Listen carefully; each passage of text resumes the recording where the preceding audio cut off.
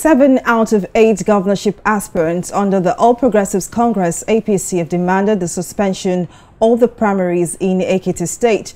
The aspirants thronged the party secretariat in Ekiti with their supporters on Thursday, protesting alleged irregularities in the conduct of the party primaries. The protesters claimed the process had been manipulated to favor Abiodun Oyebanji, who is tagged Governor Kayode Fayemi's preferred choice. They also accused the superintendent officials of disrupting voting materials earlier than scheduled, with a sinister objective to give a sole aspirant an edge. The protesters also warned that the controversies may spell doom for the party. Well, joining me on the news to talk more on the disruptions in the party primaries in Ekiti State is Samuel Olugbeminiyi, a broadcast journalist who joins us live from Ekiti State. Well, thank you very much for joining us on News Now. The primaries in Ekiti has been marred with protests and withdrawal of aspirants. What can you tell us about what went down in Ekiti today? All right. Earlier today, we had about 7 out of 8 aspirants, like you mentioned earlier, visit the party secretariat to present their complaints that they had issues with the process leading up to the conduct of the party primaries.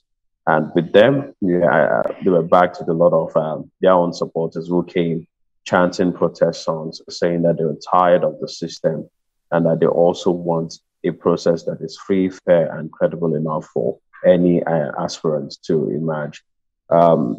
Former Secretary to the State Government, Abiodun Oyebanji, has been labeled as the favored aspirant of Governor Kayode Fayemi. And so we've seen a number of party faithful, we've seen a number of high-ranking members of the Ekiti APC come out to declare their support for him. And this is one issue that some of the aspirants have, because some of these persons that have come out to voice their support or endorsement for Abiodun Oyebanji are still some of the persons that were put on the primary election committee at the local government and even at state level, and which is one issue that the aspirants seem to have with the entire process. And so they called for an outright cancellation of the process. They asked for a boycott and said, according to them, they do not believe that any election is ongoing. And they left the party secretariat and moved straight away to have a meeting with the INEC commissioner in Ekiti State. And from there, they also had a meeting with the commissioner of police in Ekiti State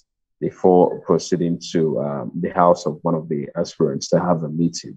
And that was the last I could say of the entire process at that point. But voting continued across other parts of the state, across the 107 wards state. We seem to be seeing some sort of disagreements across political parties in respect to congresses and primaries. What is the latest development regarding this, especially as 7 governorship aspirants have demanded the suspension of the primaries with seemingly strong accusations of election malpractices? All right.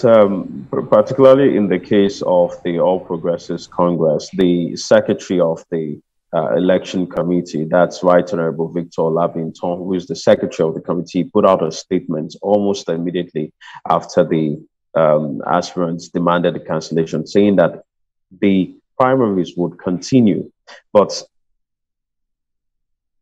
the demands by the aspirants, and said they should nominate 20 members into the primary election committee to ensure that there is some bit of fairness and level playing ground. But the aspirants refused. So what we've seen here is there is a likelihood that their decision to boycott this entire process is left to them. The committee, the primary elections committee sent from Abuja will definitely announce results, because as at this moment, collation is going on across some parts of most local government, the 16 local government areas in the state. And we expect an announcement later this evening at the party secretariat. So it would go on. Don't forget that the deadline for the submission of names of candidates expires on the 29th, which is less than 2 days from now. So the parties do not have a choice. They have left it this late, and it is up to them to either submit a name or bear the consequences by not submitting any name. But we see a case where some of these aspirants would head to court if the National Working Committee of the party, well, the APC doesn't even have a National Working Committee but a caretaker committee. So we may see a case where the caretaker committee would intervene.